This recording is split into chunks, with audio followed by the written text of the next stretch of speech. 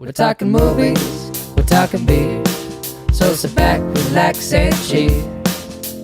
Here's to another good old Flicks on Tap. Welcome to Flicks on Tap. Today we're doing one of our Halloween episodes. The Flicks on Tap, Fright-Filled. What did I call it last year? Oh, I can't remember. Flicks on Tap Fright-Filled Film Fest. Oh, okay. So that's what we did. So we watched a couple of the classic monster movies from Universal. Tonight we did Frankenstein and The Wolfman. The Wolfman. Both great movies, classic movies. As a kid, I always watched them and just thought they were entertaining monster stories, but as I was thinking about what they were trying to say tonight, I feel like they're a little deeper than that. Oh, yeah. So it's interesting to reflect on that now as an adult. But what are your thoughts on this? This is your DVDs. You brought up this idea, so... Yeah, I actually bought these, I think, last year, and, subjected... No, it wasn't last year. I think it was, 2 or 3 years ago, and subjected my family to watching. They were all really excited to watch it, too, but I was like, I have these. I'm coming home. I'm bringing these, and we're going to watch all of them. The only one of the monster movies that I really wanted to have in this was The Creature from the Black Lagoon, but it was not in I was going to say it's not in the set. So I'm going to find one that has it, especially since I don't know what Dracula really like is. That movie. So I'm like, yeah, I haven't seen that one. I actually don't think I've watched Bride of Frankenstein yet either.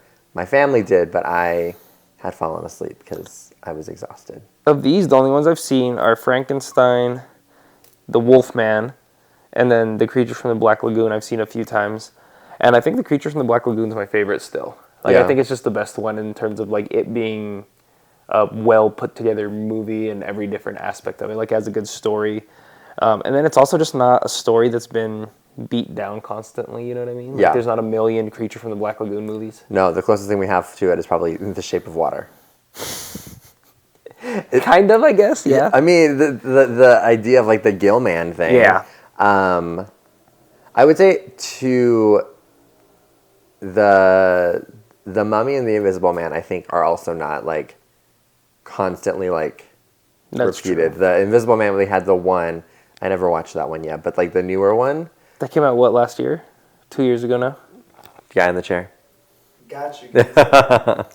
But yeah, there was that one. I remember that now. I forgot about it. There was that one, and then the Invisible Man showed up in the League of Extraordinary Gentlemen. 2020. Oh wow. Okay. It's a little while longer than I thought. But that one, and then I guess The Mummy. The only time we ever see a mummy is The Mummy. The Mummy and all of its remakes. Is that related at all now? Huh? I think so. Oh, okay. I think in the I don't know about the Brendan Fraser one, but I know that the newer Tom Cruise one. They were trying to use that to restart and create a whole reading all about that dark multiverse type thing. That could have been really cool, but I guess it's just they were trying too hard to do that stuff. I think it had to be a little more organic for it to work out, you know? Because these all really worked out in the 30s and 40s, and they were there. It was the original crossover type movie thing because in later, it wasn't these necessarily these actors, but these characters met Dracula and Frankenstein met, or Frankenstein's monster met a lot, and then the Wolfman and the monster met in a minute too. Yeah. So they had a lot of crossovers there and a lot of sequels around these characters. But yeah, I think they had seen the success of the MCU and were like, oh, we want an interconnected universe, and it's yes, you can, but make it make sense. I think here they focused a lot more on the creature element, but I think maybe in the newer ones they were focusing on the action from the creature as opposed to the creature is the focus. Let's build off of that. But I think what the focus is now, like I was saying a little while ago, I think it's about really human ideas. Frankenstein is obviously about creation, life, death, and God or man trying to play God. They even explicitly say it at one point. What's his name? The doctor, Henry Frankenstein. He says it at one point. He's like, I know what it feels like to be God now, and you can see this craziness in him. And they talk about killing the monster throughout the thing and whatnot. And then when it gets to the Wolfman, I think it's Larry's dad, the Wolfman's dad, says at one point something along the lines of like, it's a metaphor for man's duality. And so I think those are the deeper messages in them. I mean, they didn't do a great job of making it like show not tell type of thing. They kind of just told us right off the bat what they wanted us to know. Yeah. Which isn't always awesome, but I mean, if you just, it's not hammering it down on you and just being like constantly in your face about it. So I think it works out really well. And so if you look at it for the metaphor and for the story, deeper than what the monster is, you're getting something a little bit cool. But then also if you're just looking for the monster, it works really well too. Yeah, I actually was watching this like video essay about the Universal monsters and how like as folks, like as the movies got older and like folks like were revisiting and things like that, the monsters attracted a lot of like that outsider perception, right? Or like the folks who were like, oh, like I don't necessarily quite fit in with society. Of course, and so they're relating more like to the monster. Yeah. Yeah, and how almost all of these were connected to some sort of like human experience too. Yeah. Right? Except for Dracula, because he wasn't ever really seen this like, one as human. He was only ever like this like evil person. Yeah. Or evil thing. When was the last time you saw this version of Dracula? When I bought these. Oh, okay. Because I don't know if I've ever seen this version of it. I mean, I know I've seen bits and pieces of it, but I think out of like, if I'm thinking about what my absolute favorite monster movie is in terms of like these characters, I loved The Last Nosferatu. That was the first podcast you were on. I think that movie was so well done. I'm so excited for the werewolf one that he's making. Yeah. It's going to be really good, I hope, if it lives up to Nosferatu. I'm just really excited for like the once again resurgence of like monster movies, but like in a different realm. So like The Bride for next year, I'm like interested in that one. That one looks a little too like, there's something about it I'm not liking. Is it the like edgy like Londonness of it? That's what it is. Yeah, it feels like the character from Caught Stealing, the guy with the mohawk. Like that vibe is like what's coming off for me. Nope, I don't know. Which is really weird. Matt something was the actor's name. But anyways, no, I'm really excited about it because what I really enjoyed about these movies, so like I enjoyed The Wolfman a lot tonight because the aspects that I enjoy from these movies are when the characters kind of have like this background lore. There's like an outsider, someone who doesn't know anything about a werewolf. He's like, what's a werewolf? And someone explains it to them. The entire town. What's his name? Matt Smith. Oh, he was in Morbius. Of course. But yeah, so I like when there's like that outsider who comes into town, learns about this like mythic lore from like whatever local group. So like in this one, it's the gypsies, right? Yep. And so I find that super fascinating for some reason. And to me, Nosferatu did a great job of him like kind of figuring out the stuff with Count Orlok. Like when he's in that town with the I forget what they call it. It was similar to gypsies too in that movie, I think, right? They were. That is similar to how it is in the Bela Lugosi Dracula. So my favorite like silent movie ever is the original Nosferatu. Yeah. That movie does it really well too. They do it through him like looking through books and discovering what a vampire is and stuff. And so when a movie pulls that aspect of it off really good, I think it's just really fascinating to me because even like Sinners, they didn't explicitly do it this year with the vampire lore, but they did it in the sense of like there was those Native American vampire hunters. And so you're getting this idea that there's like this huge universe. Yeah. Beyond just what the story we're getting, without them just like going into a ton of exposition, or feeling like you had to be like, no, like you don't understand. Back in this time, or like this is the origin of these vampires. It's like no, there are vampires. Let's leave it at that. They're here. This is what they do. This is how we can like deal with it, or even not. This is how we can deal with it. Just like they exist, and someone being like, no, they don't, or there's always like a little pushback of some kind. Someone doesn't believe it, and then the story ensues. And I don't know. I don't know why I like that aspect of it. It's really cool to me though. I think like just the idea of, I guess maybe like the opening up of like different perspectives, not even just different perspectives, different experiences or different like things can be true. Could be it too, right? Of like, no, I'm living in like my bubble. I'm living in like what I can see and what I understand, and like almost that challenge of like, no, there is more. Yeah. Let's But open up a little bit. I also feel like I like sometimes it feels like researchy, you know what I mean? Nerd. And I just I relate to it because when I get down those rabbit holes and I'm just looking stuff up all the time about it. And like I said, in that original Nosferatu, there's the scenes of him looking through the books and stuff, and it's just I don't know, it's relatable, it's cool, it's realistic. It's wait, this is a thing in the world, and I never heard about it, and so he's digging through books and he's getting all this information. I think that's cool. And then we kind of had that with the Wolfman, where she's telling him, explaining to him the lore behind it, and then the gypsy's kind of explaining it to him too and stuff. It's cool. Are we allowed to say gypsy? That feels weird. I don't think we are, but I don't. But in terms of what they were referred to in the movie, I don't know what we would call them now. Yeah, that's what I'm saying. I was saying it, and I was like, this doesn't feel right.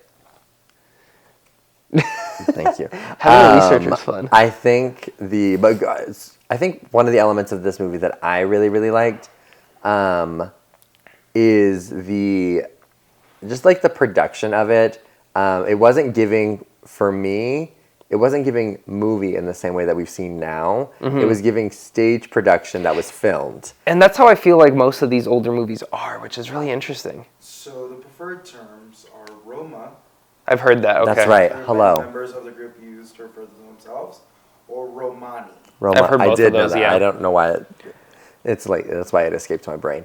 But it does feel like, and I think that has something to do with what we were talking about when we first started watching it, that it's filmed on these sound stages in the studios as opposed to on location, which is cool. It's it's its own thing to me, you know what I mean? You have to really be ready to watch one of these movies. You can't be I'm going to watch a monster movie and go in expecting something like what we're used to today, like Nosferatu, or just any type of movie made today, because now we're using a lot of locations and CGI and all this stuff. But back then, they were building these sets just in backlots and stuff, and you can tell, but it doesn't take from the magic of it. No, it didn't it. Just like a normal stage would, and the set on a normal stage would, it's meant to serve a purpose for the audience to understand, but it really is character driven. It really is that dialogue, and that back and forth between the characters themselves. That's that really what really matters. pushes it, yeah. And so thinking about, and I was an old theater kid in high school, and so just seeing this, I'm oh, I could totally see this just being pulled from the screen onto a stage, and it would still make the same. It would still be the same. And magic. honestly, Dracula, Frankenstein, those are movies or stories that you always see as stage plays nowadays, even at high schools and stuff. I think the one that would it would still probably have the same energy, but could not be done in the same way at all, would be The Invisible Man. I haven't seen that one, so I don't know. He is awful. He's awful. That's such a weird. I've heard about it, and like I said earlier, I've heard that so the series is a monster series, right? And you're focused on the monsters. I've heard that the rest of the series is all actual monsters, and then the Invisible Man is just an asshole. Yeah, he takes a chemical. I don't remember what the chemical was supposed to do, but it made him invisible. Maybe it was supposed to make him invisible. I can't remember, but it made him invisible, and then it caused him to be super, super aggressive. He goes and assaults people. He's aggravating everyone. He's so mean. I wonder who came up with this concept. Because the other ones are rooted in centuries worth of I think lore. The Invisible Man is based off of an H.G. Wells story. That sounds right. That does sound right. Going kind of back to what you were saying about the stage production, though. So what I find interesting about that, how you said, is it's very much more dialogue heavy than a movie we're used to today, especially in this genre. What is it? H.G. Wells story? A.G. Wells, 1897 novel 1897. about scientist Griffin, who discovers a way to become invisible through a chemical formula, but is driven to madness and violence by the process. All of those things happen. Yep. But what was I saying? Oh, yeah, so dialogue heavy. And so I find that, like I said, you have to be prepared to watch this type of movie. What we're used to today is a type of film that is much more what's used to push the story forward and tell the story is much more of the cinematic language as opposed to the literal language. Yeah. And so the camera's not moving much, if at all. And so we're used to these camera movements that'll portray certain emotions or ideas for us now, especially in a movie like these. And you're not getting it in this. And so, like you said, the dialogue's heavy. But at the same time, even though with all that being said, there were some really beautiful shots, like just that utilized lighting. Yeah, I was going to say, it would be dialogue and lighting for me. Yeah. And so the lighting, because even in the 1922 Nosferatu, when they're just figuring out cameras, there's some beautifully shot shots that just show the shadows and stuff in like these really awesome ways that really help push forward what's happening. And so that's what it's really cool to see how the medium has changed over time. And like I said, 1922 Nosferatu using mostly light because they don't even have dialogue. Right. They had title cards a little bit here and there. So it's mostly communicating through framing. Because like I said, once again, not much movement. And it's still that stage production feeling. Then we get to this where now we have dialogue. The dialogue gets extremely heavy. It's pushing the story forward. We're still using like the framing, the lighting, and then as we keep advancing, the camera starts moving. Editing gets more advanced, all this stuff. And so I always love revisiting an old movie and catching things like that and really thinking about how like lucky we are now to be seeing the medium for what it can be, and who knows where it's going to even go in the future. Right. I did think it was interesting the way that, like, when they chose to zoom in on certain things, right? So, like, and that's what caught my attention to this. Yeah. Yeah. Like I know exactly what you're talking about. How it got, like, closer and closer to his face as we saw, like, oh, this is just, like, a being. And then you, like, really got to see, like, the details and, like, his facial expressions. And for Frankenstein specifically, it was so interesting to see how the monsters, he didn't have dialogue. He had like grunts and like screaming and things like that. But the way that Carl something, what is his name? Carl. Karloff. Oh Karloff. yeah, yes. How he was able to convey all of those feelings. I thought you were talking about a character. No, not. That's I was like, I don't remember Carl. Not Carl. Karloff. The actor who played the monster. How he was able to convey all of his feelings, all of like everything through just his facial expressions, and we were able to see that with the zoom. When you're talking about lighting in the Dracula, whenever Dracula is like gazing into people's eyes to make them do something, there's always light like specifically over his eyes, like they do like a camera trick where it's you can see his full face, but they like emphasize, I don't know how they did, but they emphasized his eyes to be like, no, I'm giving you, like, I'm doing my hypnotic like suggestions. Yeah. And I think they did the same thing in The Mummy because Imhotep had the same sort of like power over folks too. Interesting. I wonder how much overlap in like the creative like people behind all of these movies there was. I think there was a lot. Acting wise, there was a ton, like you were saying. So I wonder the actual people, like the creative minds behind it, how much. I think there was a lot of overlap in that same sort of, I guess, documentary on YouTube I was watching. I think they said that there was like a small band of teams that became like the Universal Monster team. I'm just looking at all these. The art is so cool on the covers for them all. I think that's awesome. But it's just First scene. the first scene where they take out the coffin. Oh yeah. Half of his face is gone because of lighting. Half of whose face? The Frankenstein. Oh, I didn't even notice that. Half of his face was gone in shadow, while the other half was like you can see the humanity, and it's working up that dichotomy that he's mad of life and of death. Oh. I didn't even notice that. In Henry's face? Yeah, Henry's face. Oh, okay. Like the way Gotta it go was back. shot, you can see that half of his face fully disappeared from the shadows. Interesting. Yeah, that makes sense. But I just think these movies are really fun to visit, especially around this time of year. To see what kind of used to scare people and whatnot. Oh, just thinking about like, I think you had said it when the monster was crawling into the window. It'd be like, oh my God, like behind you, like watch out type of thing. Yeah, because there's like stories that you hear about when the first movie ever played in a public place. It was just the train moving. It was like Train Leaving the Station. It's what it's called by the Lumiere brothers. And as it's coming towards the camera, the entire theater just evacuated because they thought an actual train was coming at them.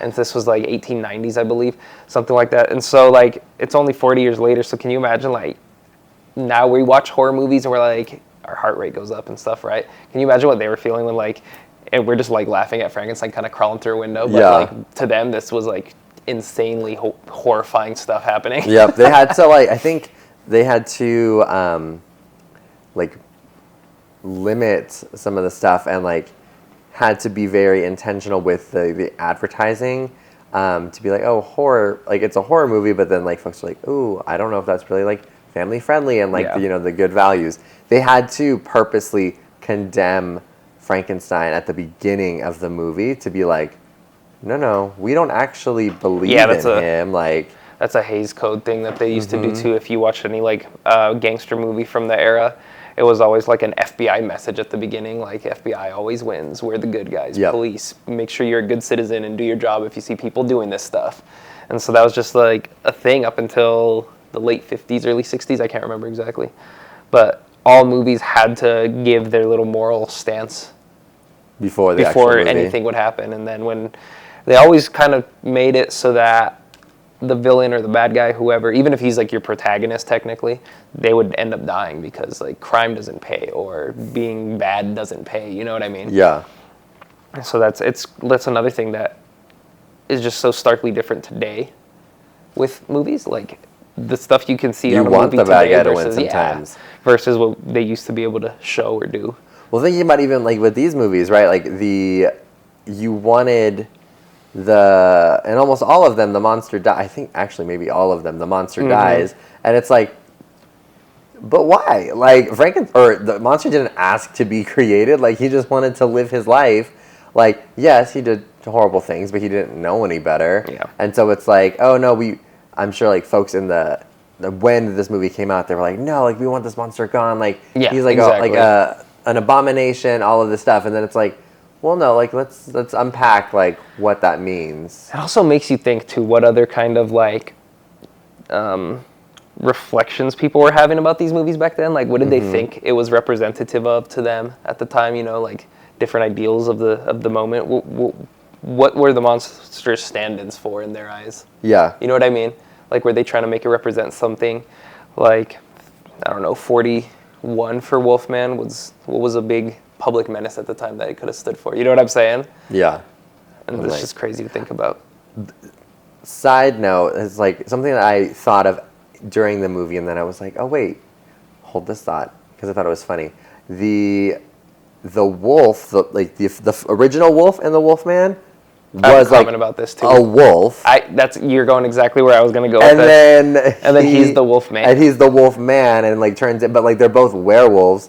And so I was wondering, did Bela Lugosi not want to put on that Wolfman makeup, and that's why he was like, no, I'm going to turn, like, my werewolf turns into, like, a pure wolf? I feel like it's more of, like, pushing the story forward to understand what's happening. If you kind of see because it was just a silhouette. Yeah. Because they can't show that much violence, I guess, or whatever. So. Although it was pretty violent. He went straight for her, her jugular. True. But still, it's like an animal committing the violence as opposed to a man. And then, so it's like a silhouette. You see the wolf. Whereas if you saw a man doing it, it doesn't really sell the story of what's happening, especially because, like, I don't know, like, even though we're saying these movies are stories that have been around forever, how familiar were people with, like, the concept of werewolf back then? Yeah. To where they would have been like, oh, that's a werewolf, instead of just like, oh, that's a man just, like, eating this girl's face. Like, you know what I mean? And so I feel like they had to introduce it slowly by, like, first there's a whole wolf. But yeah, I definitely thought about that too. I was like, the first werewolf is a wolf. Is like a wolf, yeah. And so I was thinking, because I'd seen the cover and stuff, I was thinking for a long time, I was like, oh, maybe that's like a transitional phase of the werewolf, but then he never goes full wolf, so I was like, okay.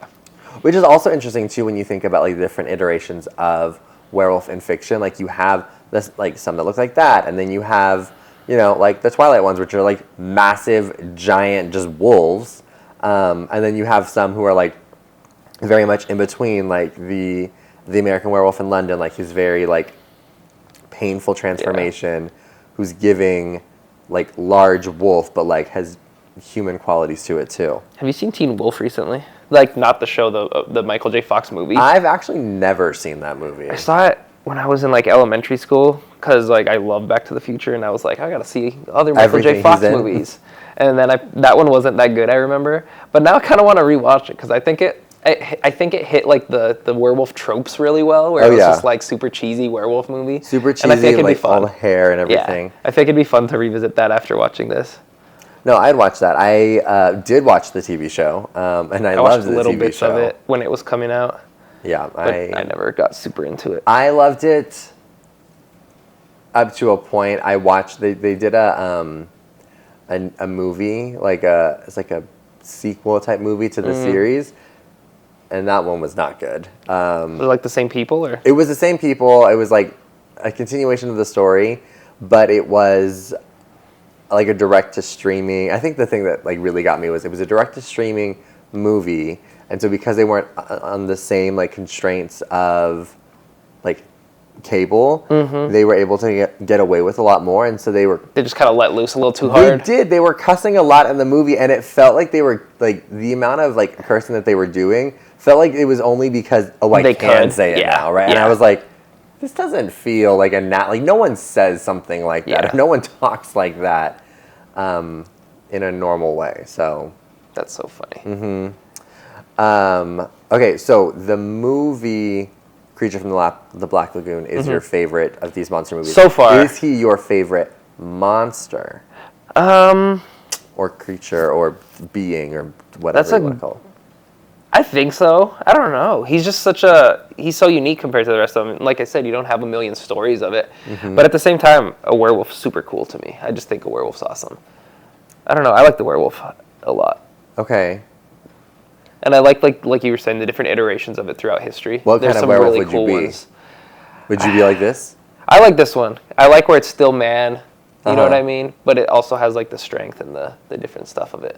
I think that's cool. Okay. And then there was that time when Skyrim was really big, and you could choose to become like a vampire or werewolf once you like got far enough in the game and stuff. And I always chose to be the werewolf and just kind of like rampage around for a little. That's funny. It was fun.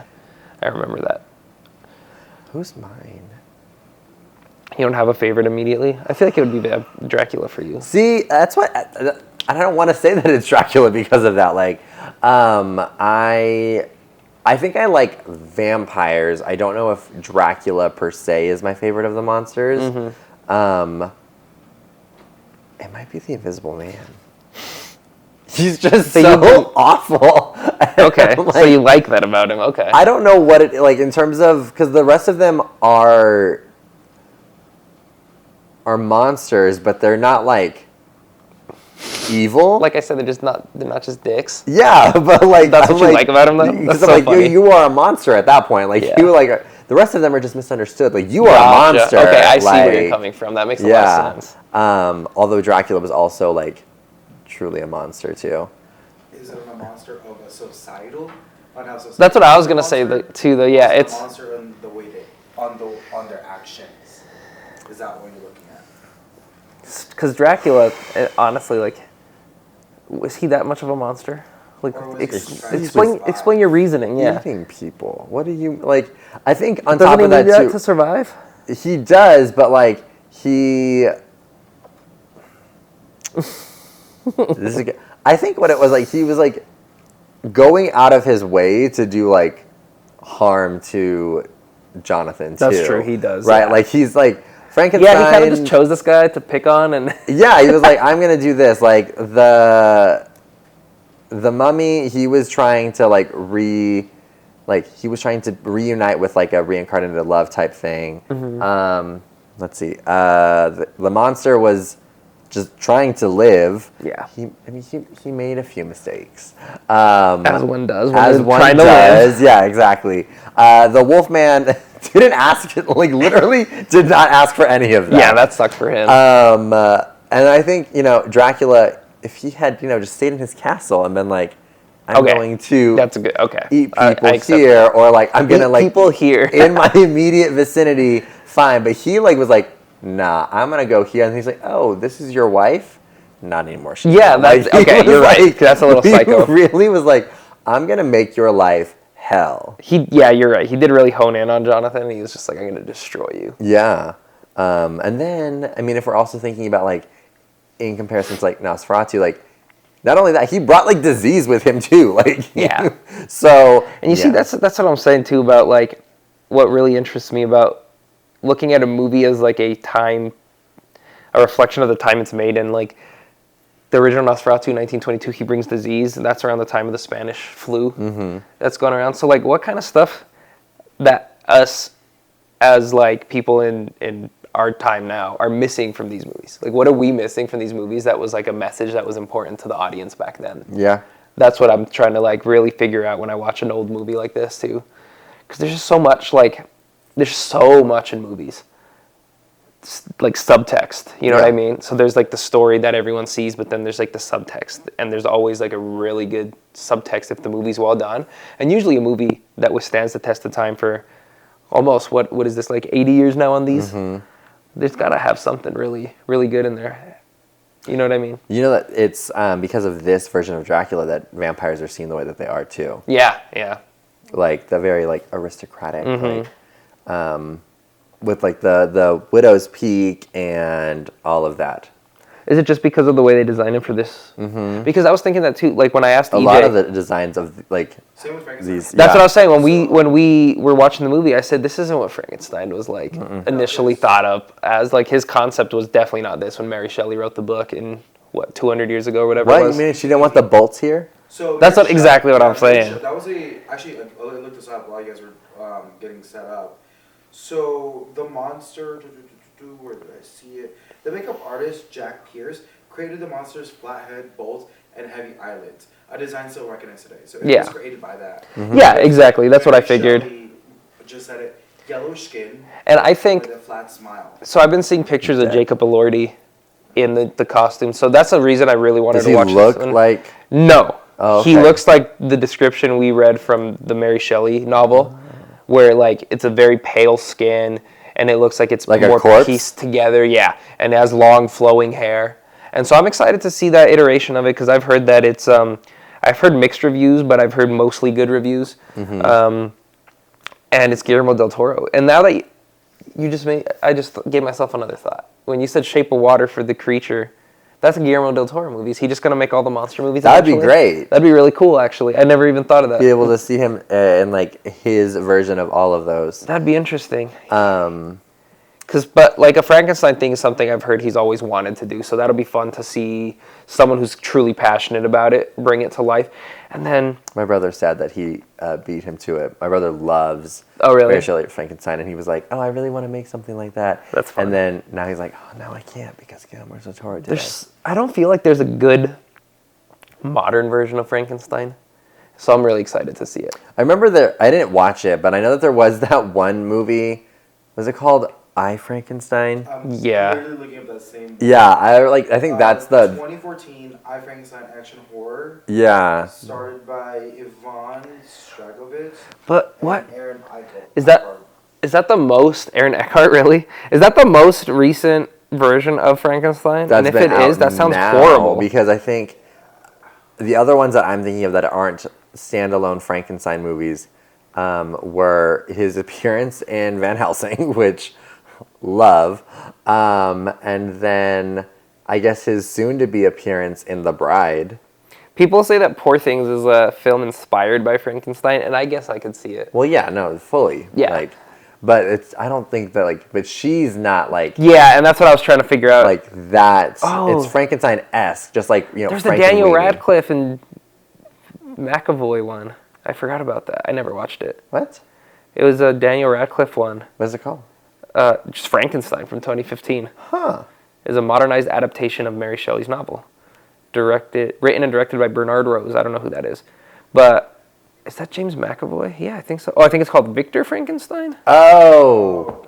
Yes, I do remember that one. The tagline is "Meet Your Makers." Looks cheesy. But hair. I think the best Frankenstein adaptation that I enjoy is Young Frankenstein. But that one's a comedy. Have you seen that? With Gene Wilder, right? I think. Can you look that up, EJ? Gene Wilder, I'm pretty sure. Young Frankenstein. That is hilarious. And that's why we kept calling that one guy Igor, I think. Yeah. That's the character in that movie. Okay. And I'm sure other movies have used that name too, but in this one he wasn't it. 1974. Yeah, that's the one. It was started by Gene Wilder, Yep. aka the best Willy Wonka. Yep. Yeah, so that Mel Young Brooks, Frankenstein's Gene Wilder, fantastic. Yep, it's a Mel Matt Brooks movie. Feldman, who played Igor. Yeah. Okay. Yeah, that movie is amazing. I Okay. absolutely love it. And the first time I saw it was on an airplane, actually. Like, it was just playing. I must have been, like, 11 or 12 years old. And I don't think I've seen the movie, like, once since then when I was maybe, like, 16 or 17.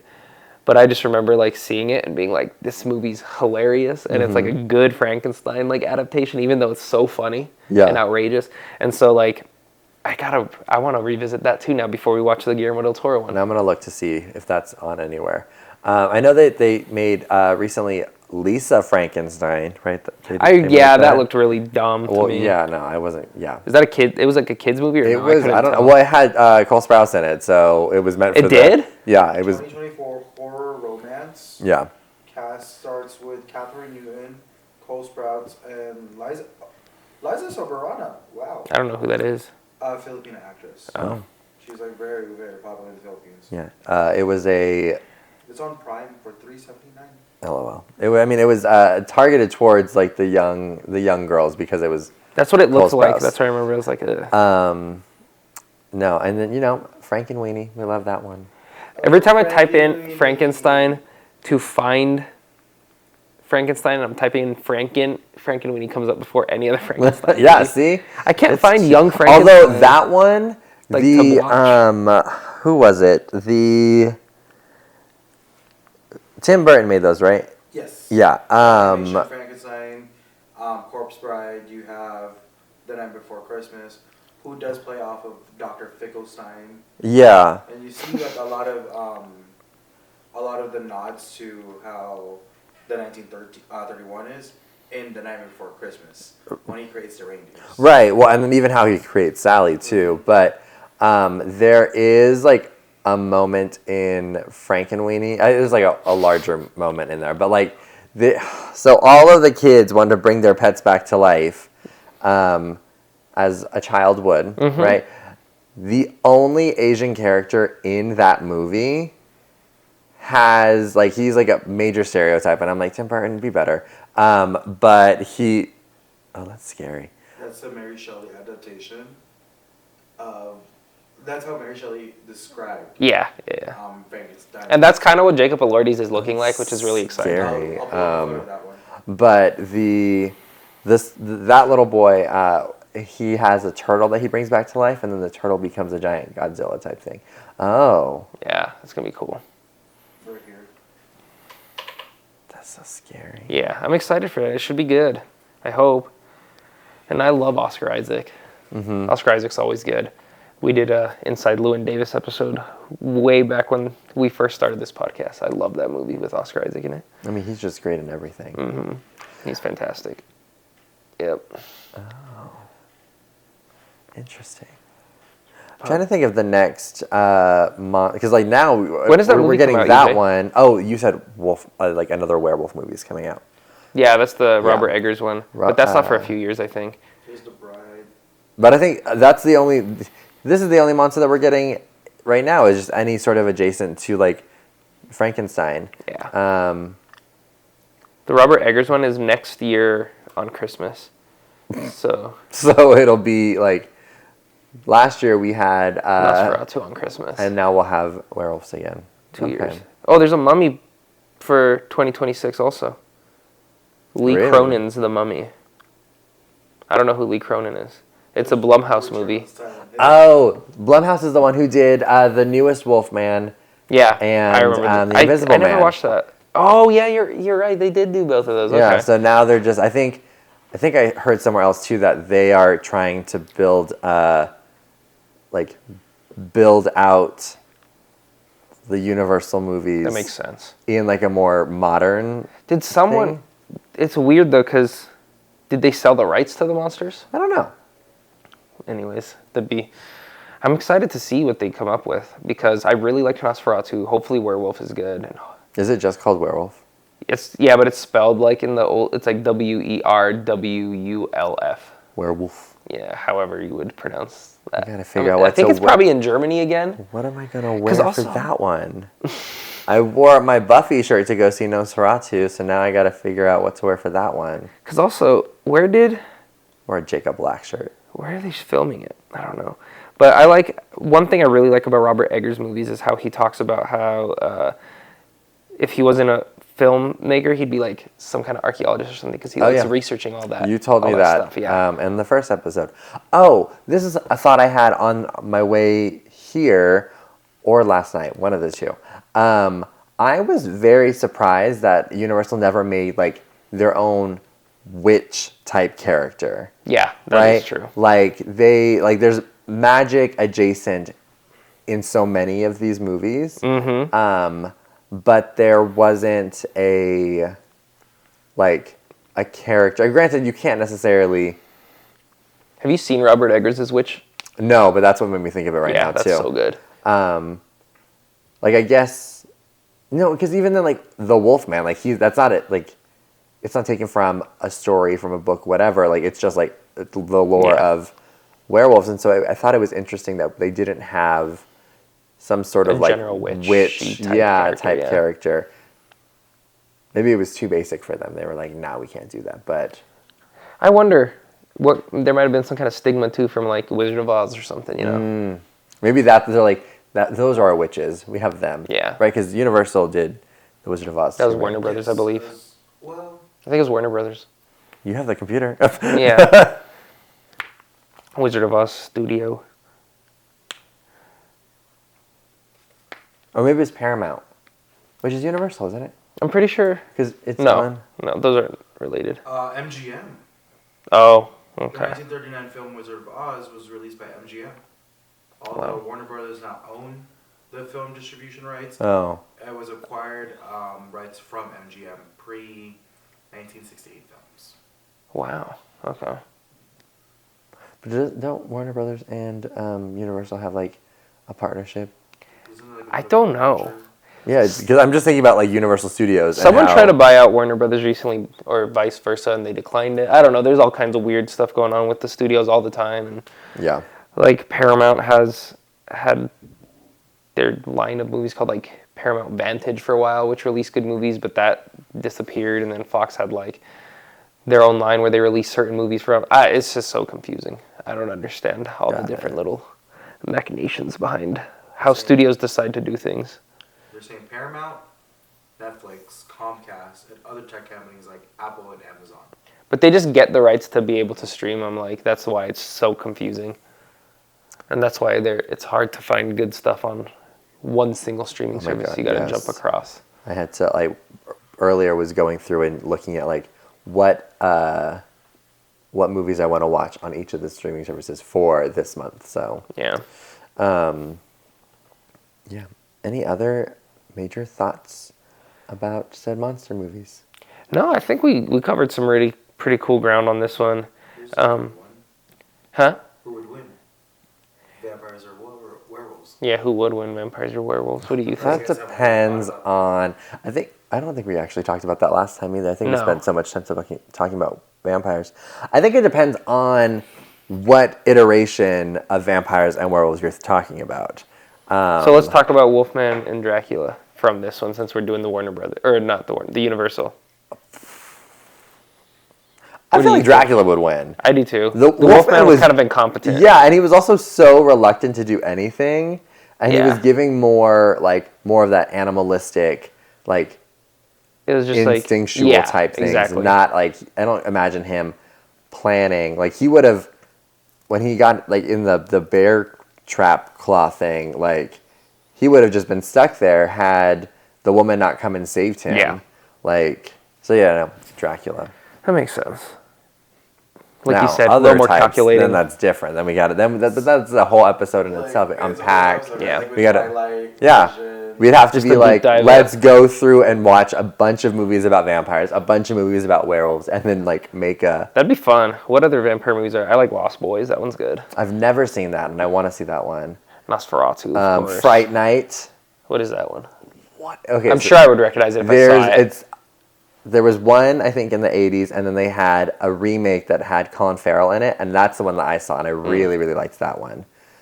Essentially, he was like a neighbor that moved in, and was like this like hot, attractive guy that was flirting with the main character's mom.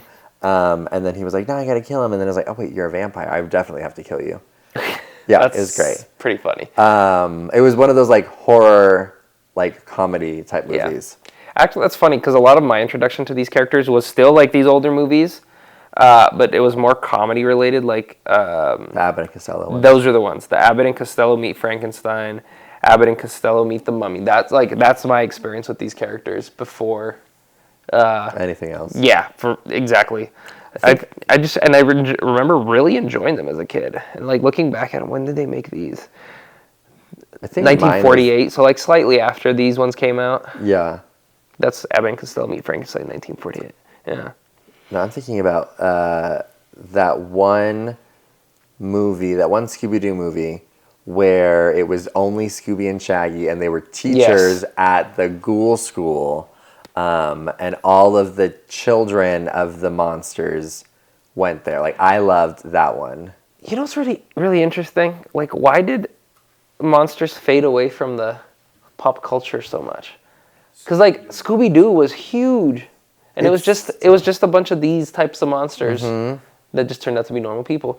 But still, it was just like a bunch of these types of monsters. Abbott and Costello, the actual ones. Like the monsters were like the Marvel at one point, like in the 40s for some reason. So I don't know what, like maybe it was like the shift, like the swing from like monsters to like the more sci-fi things. Oh yeah, that's true too. And then like sci-fi then like going even further of like, all right, cool, so it's not just like aliens, but like now we're in space, and like yeah, that's true. The 60s did take on a real bent towards outer space and Star Wars eventually, and yeah, that's cool. I'd never thought about that until right now. There's a lot of monster stuff, and we don't get it so much anymore. You can't forget about superheroes too.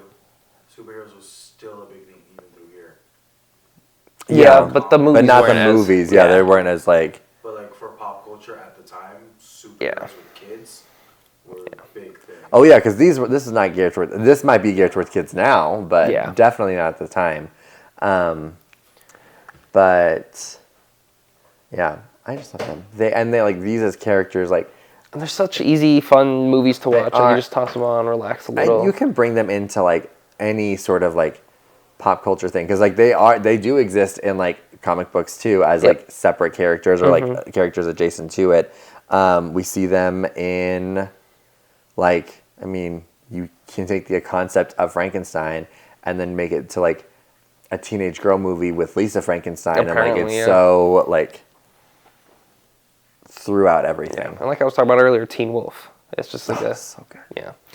So that's, I mean, I like this. These are fun. It's a good intro for someone who wants to watch something related to Halloween, who doesn't really necessarily want to commit to getting themselves scared. Yeah. With like a ghost or demon movie. These are good. Or even a slasher movie. Sometimes those can be a bit too those are much. just disturbing. This one is just like Evan and I did Terrifier. I think it was 2 years ago for the little Halloween episode we did, and it disturbed both of us yeah, too I'm much. gonna say nope. I'm good. I am good. But yeah, I think moving forward we can watch some more monster adjacent things later on. I want to do a little more Frankenstein to get ready for the actual Frankenstein movie. So that's what I'm really excited for. Coming out right around award season time, so hopefully it's going to get some buzz going and a lot of people will watch it. Anyways, I hope anyone stayed to watch it this long. Bye. No goodbye, no outro. Peace.